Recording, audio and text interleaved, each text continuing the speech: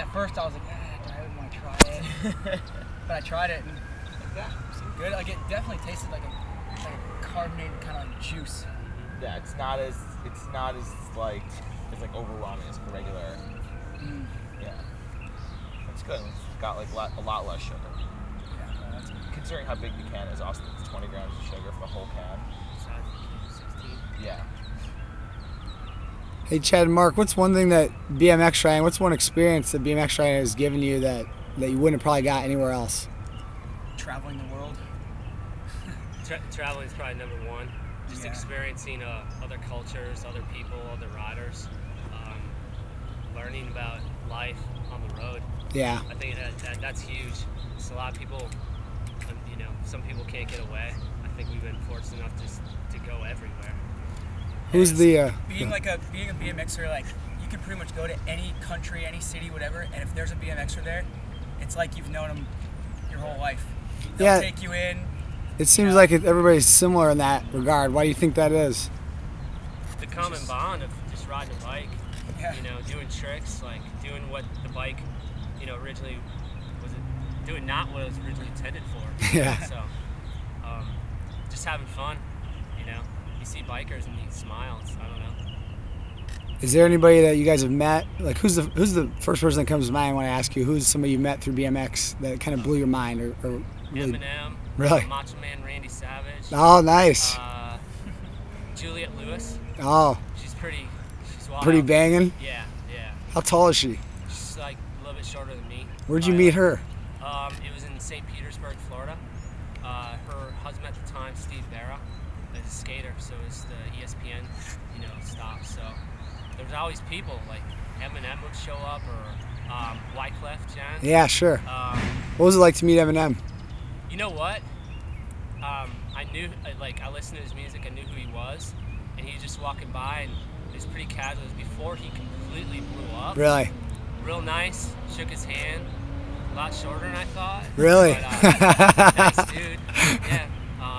Didn't really have a huge conversation, but just respected everything. And he was there to watch. Really? That made me like him even more. He's there to check it out. So, the Fonz, I met the Fonz. The Fonz, Arthur Fonzarelli. That was crazy. Henry Winkler. Yeah, Henry Winkler. I don't know. You give me a second, I'll probably come up with a bunch more. But Mark, what do you think? Russell Crowe. Oh, was cool. How tall is he? He was about my height. Really? He seemed he was a little dude, but real stocky. Yeah. Real cool though. It was just like talking to a regular cool dude. guy, whatever. I did demos at a music festival with Dashboard Confessional and AFI and stuff a few years back, and when I was doing practice or whatever, all those dudes were coming out and holy shit, that's crazy, you're nuts. Well, I can say the same thing, And I've met I can't even think either. It would take a while to come up with all the people. Yeah, you cross paths. It's crazy. Some of the people you meet, they have kids that ride or skate. Really? Which is really cool, because then they push for skate parks and cities and helping out BMX and just everything we do too. So it's awesome. What's the biggest? Sorry to interrupt. What's the biggest crowd you guys have competed in front of? I mean, you were talking about in Russia how big it is. How many people are you talking?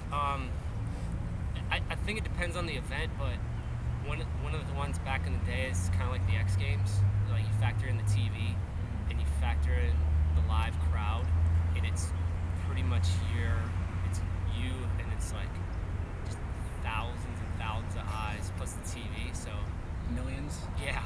What's that like? Does it feel any different, or are you just in your own head so much? I think I got to a point when I was younger, starting out, that people are there to see. If they're there to see you, you should relax, and if you ride good, I don't know, you create more fans, everything. But I kind of got a calm approach after a while. I think I got lucky with that.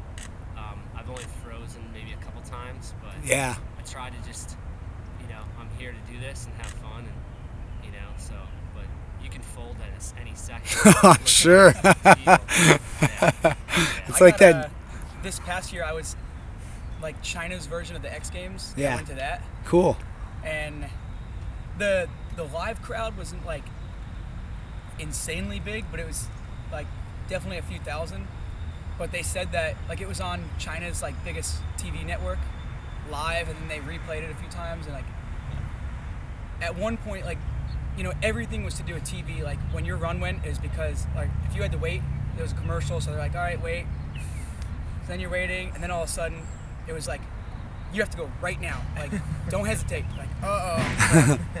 Like, I definitely got a little nervous a few times, thinking if I mess up, this is in front of millions of... Billions. Yeah, all these Chinese people. Like, ugh. And you can't understand what they're saying, but you know it isn't good. Yeah. This is true. But yeah, that was really cool, and also kind of nerve-wracking. Sure. It was fun though. Another really good experience going to China for 2 weeks for my bike.